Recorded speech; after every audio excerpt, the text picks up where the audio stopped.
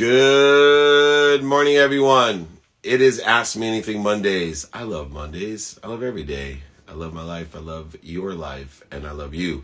Welcome to Ask Me Anything Mondays. Let's get the questions rocking and rolling. Hope everybody had an amazing weekend. Patrick Henry, showed me here. I didn't see you there. We had an incredible 12 episodes in the can of Office Hours, 4 speeches last week as well. Most productive week of my life last week. I'm going to notate it, see if I can do it better. Being competitive is not the same as being a winner. That was a Tim Grover quote. LFG, let's effing go. Going to be a great week. That boy Justin, that's what I'm looking. Christina Madrigal, I hope to see you today.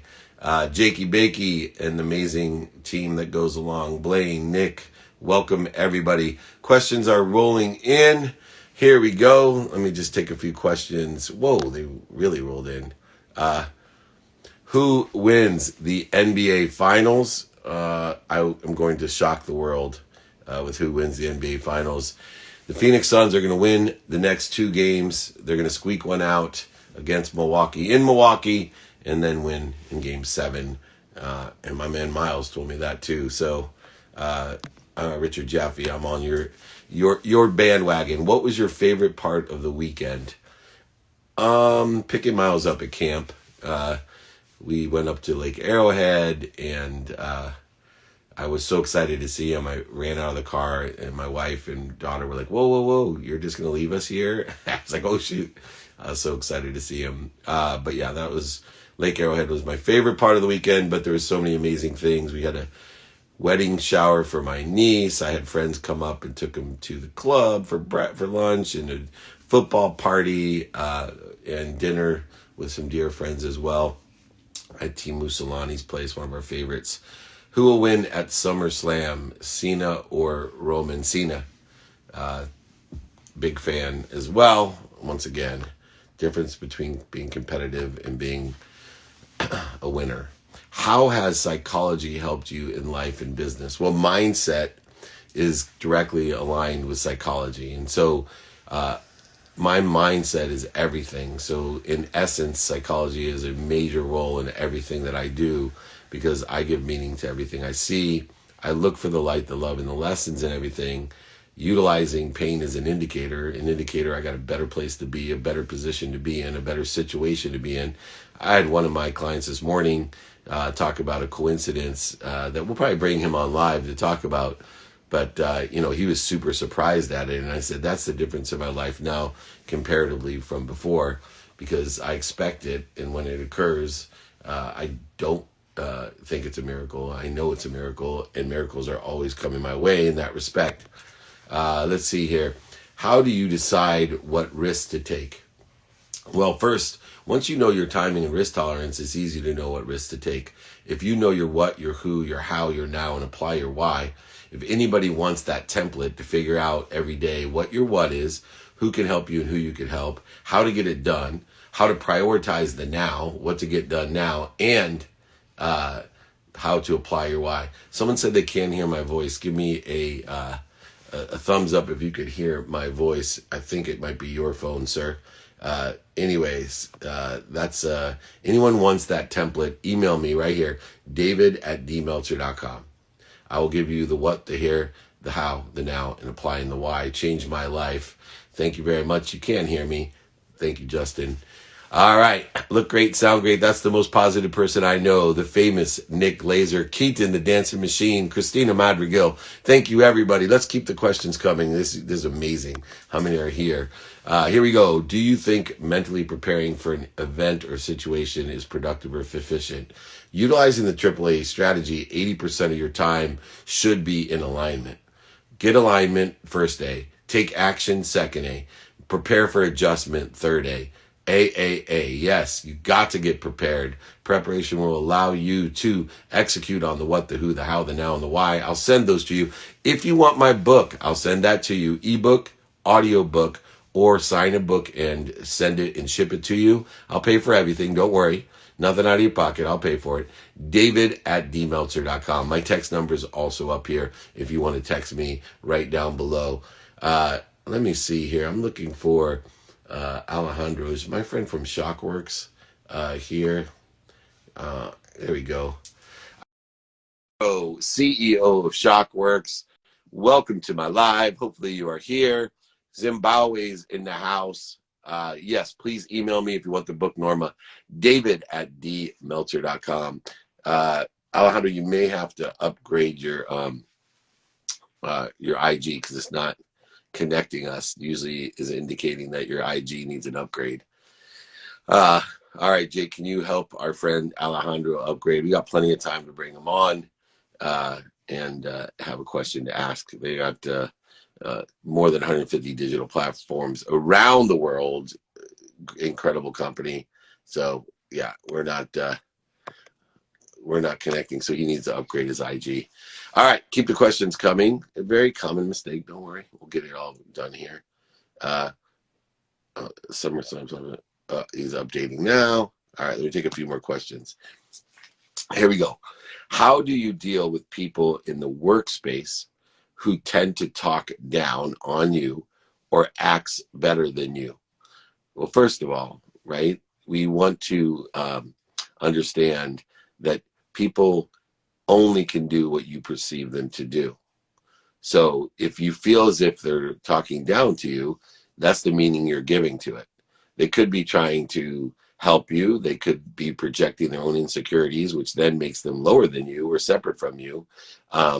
If people you feel act better than you, this is a perception of self, right? If you have value in yourself, nobody can act better than you. If you love yourself, nobody can act better than you. They're just acting. There's no comparison that's robbing your joy. See, what happens is in our own perception of self, we feel as if people are talking down to us. We feel as if they're acting better than us, but they can't if you love yourself. If you are happy with yourself, if you know I am happy, I am healthy, I am wealthy, I am worthy. All right, let me try. If you're on your other phone, let's see here. Alejandro will try to join you there if that is from your other phone. Hopefully it is. And if not, we'll wait for a second. Here we go. How to find new friends with the right mindset. Go to places where people have the right mindset of yours, right? Look for whatever values you have personally, experientially, giving wise and receiving wise. Surround yourself with the right people and the right ideas, and you will attract the right friends with the right people and the right ideas. Remember, all it takes is one person that is aligned with what your ideas are, and then they'll have other people around you. Elevate who you surround yourself with, what you intake into your system, ideas wise, content wise, reading, listening, whatever it may be, food, nutrition. Be careful what you feed yourself. Be careful, you are what you eat, and that's mentally, physically, and spiritually. You are what you eat. Take in the right nutrition, and you will be very happy. Here we go. Should you suggest dropping college for business? Well, it's once again a matter of timing and risk tolerance, determinative upon what the economic situation is. And if you can do both, I would do both. Anytime you can make an investment in yourself through educating yourself and not put yourself at an economic detriment, you are doing yourself a favor. There's plenty of business and plenty of people who have started businesses while they were investing in themselves through education. My only chief concern about education is the timing and risk tolerance involved in the economic side of it, because some schools are extremely expensive and you can get the same education for free or for very little money in the area in which you want to develop. Now, there's an experiential side to college and all these things. I'm a huge proponent of people going to college if they can afford it. And so make sure that according to your timing and risk tolerance, that your educational aspirations are aligned, whatever they may be. And if you need help figuring that out, David@dmeltzer.com. More than happy to send you information on that AAA strategy to get the what, the who, the how, the now, and the why, to align yourself, take action appropriately, and prepare for adjustments. We'll send you that, or even my book, ebook, audiobook. I'll send you my book, sign it to you, and pay for shipping. It doesn't matter. Bonnie, good to see you. Colleen, nice to see you. Aaron, nice to see you as well. Keep these questions coming. There's lots of them here. If I don't get to your question, 3 p.m. on Clubhouse, we will do another Ask Me Anything this afternoon on Clubhouse at 3 p.m. Because why? Because it's Ask Me Anything Monday. What's the difference between being competitive and being a winner? There's a subtle difference. There's a subtle difference. And the difference is the empty mile. See, people living in the extra mile are competitive. People that live in the empty mile, they're winners. They actually do everything that it takes on the what, the who, the how, the now, and the why in order to effectuate being the best and winning. It takes mindset, heart set, and open hands, an abundant attitude, consistent, persistent enjoyment of the pursuit of their potential. Greatest lesson from filming last week. That is amazing because we had, almost 60, actually with Showcase, probably 70 of the biggest names. Everyone from Cameron Diaz, the Marshall Falk, to Apollo Ono, to Sadhguru, to Tim Story, to Jack Canfield from Chicken Soup to the Soul. I mean, the list, I can't remember everybody that was on there. Tillman Fertitta, the owner of the Rockets, Vivek, owner of it just went on. And the lesson that I learned, most of all, is that the spirit of excellence is carried through the positive mindset. That doesn't matter where you start, as long as you have the heart, the mind, and the hands to make it happen. Rob Deerdick, here they go. They're going to start listing out all the people I forgot.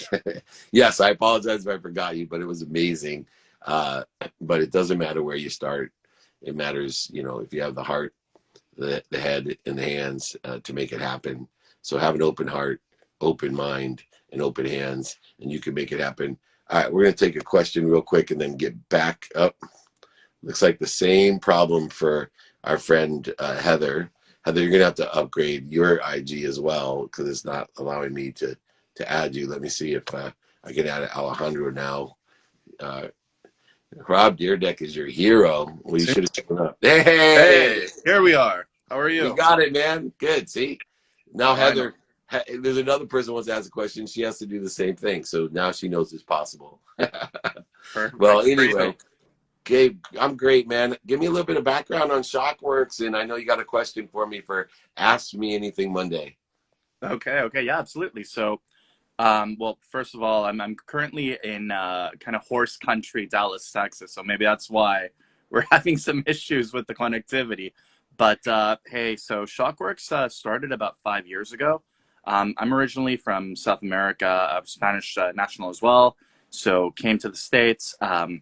Did a lot of work in the intellectual property space, found that, you could, in many ways, kind of hedge your risk becoming an operator because I was dependent on way too many operators. So as a result of that, got involved in the sports industry. Now, FinTech, we have about more than 400 full-time employees and about 40 portfolio companies without really having any limited partners. That's how the story. Amazing. Yeah, and you're working with the leading brands in sports and broadcasters and just an incredible design and develop project. So what question can I help you with, Alejandro? Well, from you, I'd like to know, how do you reconcile sales kind of over promising? I mean, since you approach things from the vantage point of sales versus what you can actually deliver versus delivery. How do you reconcile the two if you don't verticalize in terms of control? Yeah, well, and that's a really critical thing because I'm a quantum overseller myself, right? Quantum back-end seller, negotiator, trained and born into sales and negotiation. And what I started to teach as well as practice is understanding the ability to articulate quantitative value.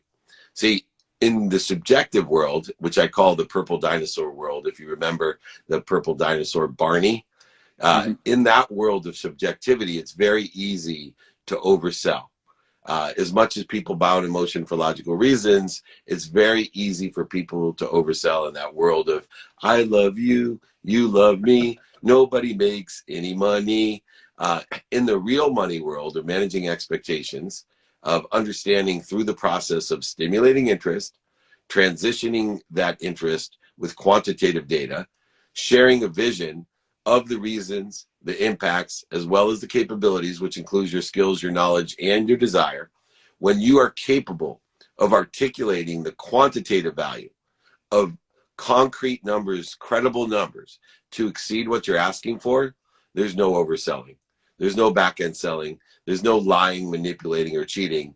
When we're capable of articulating, and I find that on both sides, giving and receiving in the sales process, that it's a duty of the customer to not only trust people like us, but to vet the crap out of us, to demand that you articulate the quantity. So if someone says, hey, our revenue's up 300% this year, then ask, what was your revenue last year? Right? Was it $3, Right. 3,000, or 3 million? Because it makes a big difference on the credibility of what you're saying. And realize that the number one overlooked thing that I teach is credibility, meaning the minute you get caught overselling, manipulating, lying, cheating, then people start looking for the holes. They start looking for the resistance, the voids, the shortages in what you're saying. And you've just escalated the resistance, the statistical success that you can have. So work on credibility and emotional attachment by being able to articulate the quantitative value of the reasons, impacts, and capability to exceed what you're asking for. And you will statistically just be so successful, and your people will be as well. Excellent. Thank you.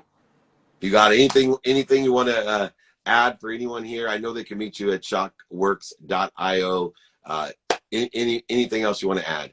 Yeah. So you can find me at shockworks.io without a C, just a K. And no, it's great advice you're giving people. At the end, credibility is everything. If you can't deliver, don't overpromise, and have the infrastructure to do so. So thank you so much for having me on. Yeah, we'll have you on more, Alejandro. Congratulations on your success, and I love your hat, and so does all the people coming. Thank you so much. Thanks for your patience. Take care, brother.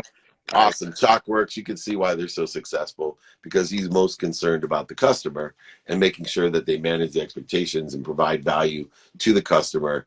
By the questions he asks, that's a chief concern, and that's someone that I'd like to do business with. Josh Landau is wide awake. Good to see you. Keaton back in the house. Yes, I can follow you back. Email me, david@dmeltzer.com. All right, let me see if my other friend is here. Yeah, look at that. We're just rocking and rolling today. David@dmeltzer.com. If you want those 5 to thrive on how to manage expectations, stimulate interest, transition interest. Hello. Hi, how are you? I am wonderful. How are you? Oh, beautiful sunny day here, so all is good. Yeah, where are you? Pacific Northwest. Has it cooled down? Yeah, and a lot of fires out here. That's the only problem. It's a beautiful area. I spent a lot of time in Seattle and Portland. Obviously, great sports towns as well. And Heather, I know you have the founder Drip 7. I'd love for you to give me a quick background, and I know you have a question for me as well. Yeah, so Drip 7 is a micro-learning platform for cybersecurity education. Right now, cybersecurity is huge. You hear it in the news, you hear it everywhere, and yet people are like, oh, they won't come after me, right? Everybody has their head in the sand. Oh, I'm not a target, but everybody is a target. And it is something that 80 to 90% of breaches happen from people, from your employees. And so you've got to train them. And that's what we're doing. And why 7 such an important number? 7 is because it takes 7 times of hearing something before you internalize it and actually use it. And so just like you talk to people and say, you got to keep at it. You got to be consistent, right? It's the same idea. Drip 7 is being consistent.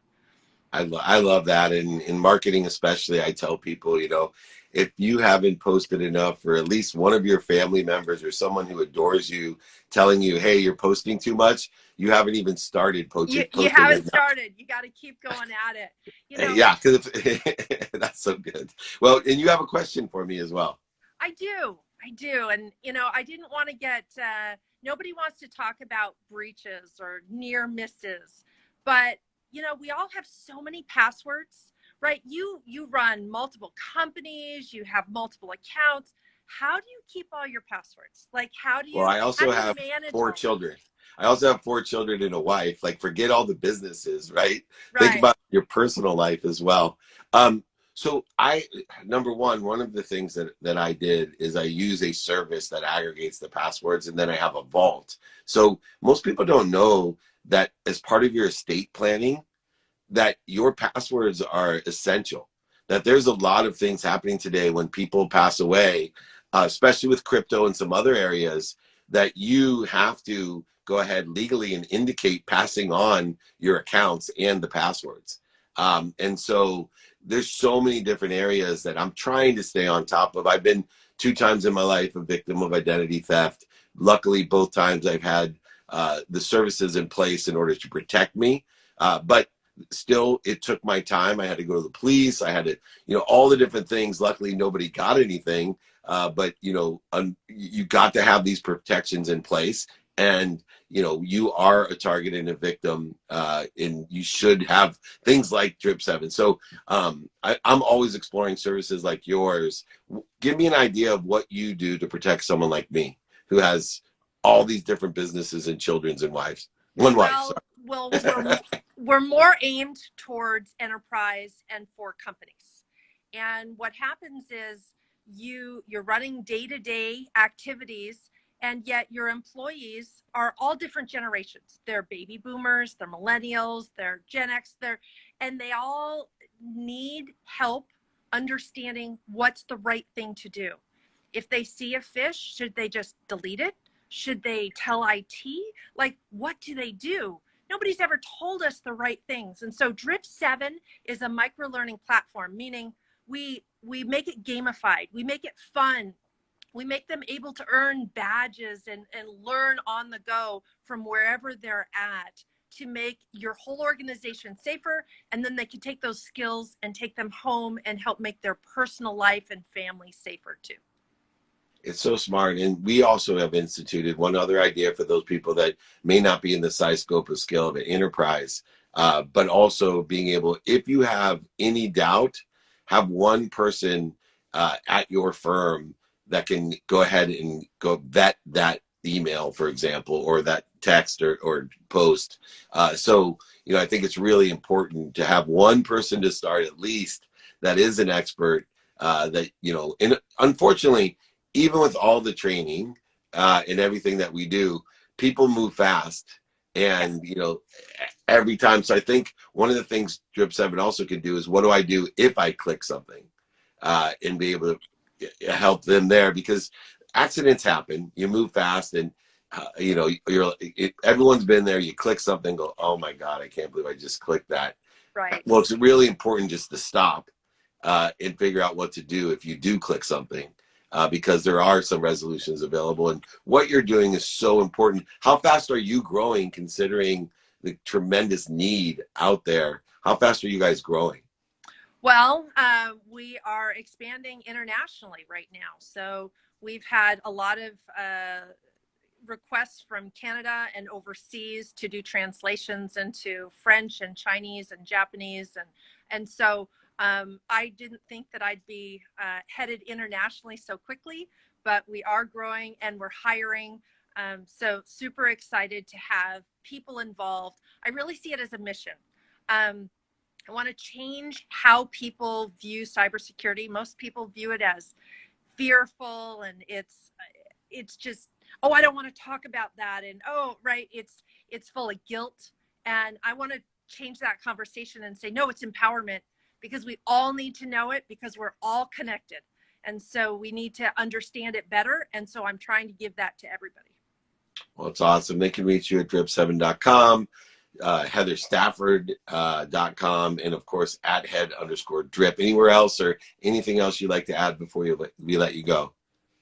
Just that more people need to get involved in cyber from all different walks of life, from different countries, ethnicities, genders, everything. We just need more people trying to fight a good fight. Well, thank you for fighting that fight with us and leading the way. We appreciate you, and the rewards are coming your way for that very reason.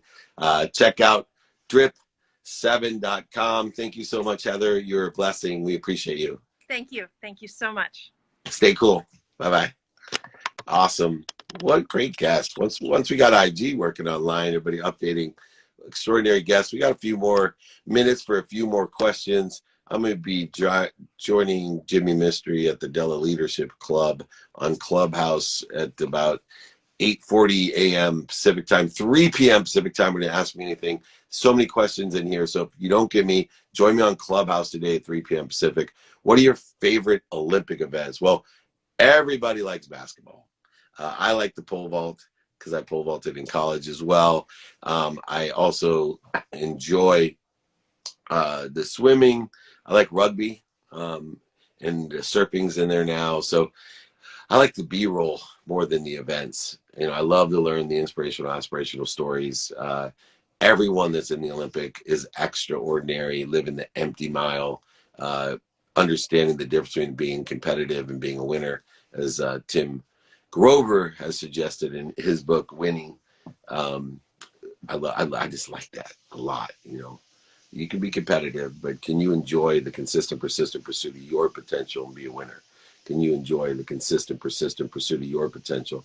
If you want the what, the how, the now, and the why, and email me, my book, ebook, audiobook, I will send you, sign a copy, and ship it to you. I'll pay for everything. David@dmeltzer.com, pinned right below. I also pinned my text number. You can get it right there. Let's take some more questions. Ask me anything Monday. You can ask me anything. I'll do my best to answer it. If I can't answer it, you can email me and I'll find the answer for you. How do you focus to get hard tasks accomplished with so many distractions? Well, I practice refocusing, right? I believe you can only focus in on one thing. Therefore, if I know my what, who can help me and who I can help, and I have prioritized it with my how, then I know to refocus back to the thing that's most prioritized in my list and to get that done. So regardless of the other things that are causing me to lose focus on priority and put it on to something secondary, I go back to priority, making my secondary then a priority when I get that done.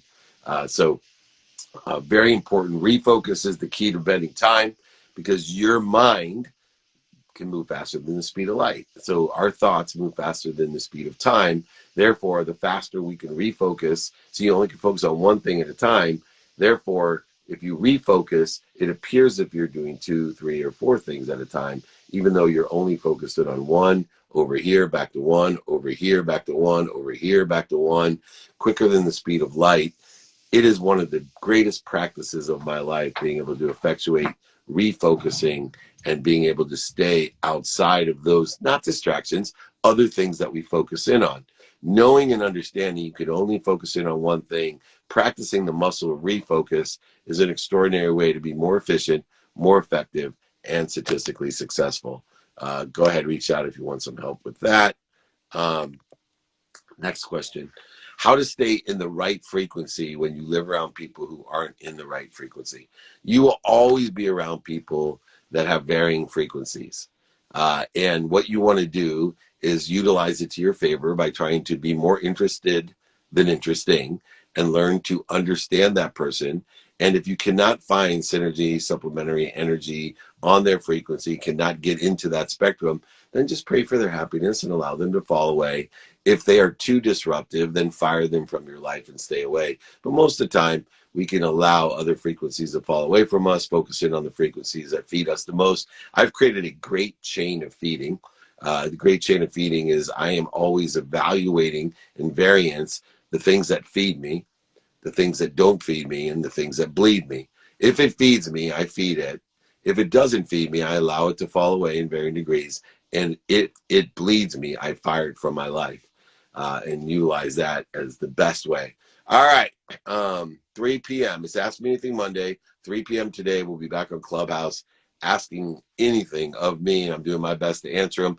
If I have mentioned anything you want, David@dmeltzer.com, pin below. My text number also pin below, David@dmeltzer.com. I'll send you my ebook, audiobook. I'll sign a book, send it to you. I'll pay for everything, so just email me, David@dmeltzer.com. Do you think worrying about something only makes a negative impact on you? Worrying is wishing for what you don't want. Worrying is an ego-based consciousness that creates interference between you and what you already are connected to and through. The greatest abundance in the world, limitlessness. You are happy, healthy, wealthy, and worthy. What are you doing to interfere with it? I'll tell you what you're doing to interfere with it. You're worrying. Stop worrying. You cannot logically get over worrying. The only way to get over worrying is to take action. Know your what, your who, your how, your now. Apply your why. Go do good deeds. Go help somebody. It will take away the energy and the focus in on worrying. Worrying is wishing for what you don't want. Stop it. I know it's hard, but if you can't stop it, then just spend minutes and moments in worrying and go take action. The action best taken in order to change or shift your energy about worrying is to go do a good deed. Go help somebody else. I promise you. And yes, if you worry, it has a negative impact because it creates interference between you and what you already are. You are healthy, you are happy, you are wealthy, you are worthy. What are you doing to interfere with it? I'll tell you, all the ego-based consciousness are getting in the way, including worrying, wishing for what you don't want. All right, everyone. That's it for Monday. Ask Me Anything Monday. We are blessed to be together on Mondays, 3 p.m. Pacific time. I'll be on Clubhouse doing this exact same thing. I did not get to nearly enough questions. Email me those questions. I will get to you. If you want mentorship, all the free search engine, search.dmeltzer.com. If you want my books, guys, free. If you want to join our group, email me. If you want one-on-one help, email me. David@dmeltzer.com. Thank you. But most importantly, remember, be kind to your future self and do good deeds. Have a great day. We'll see you at 3 p.m. Pacific time on Clubhouse.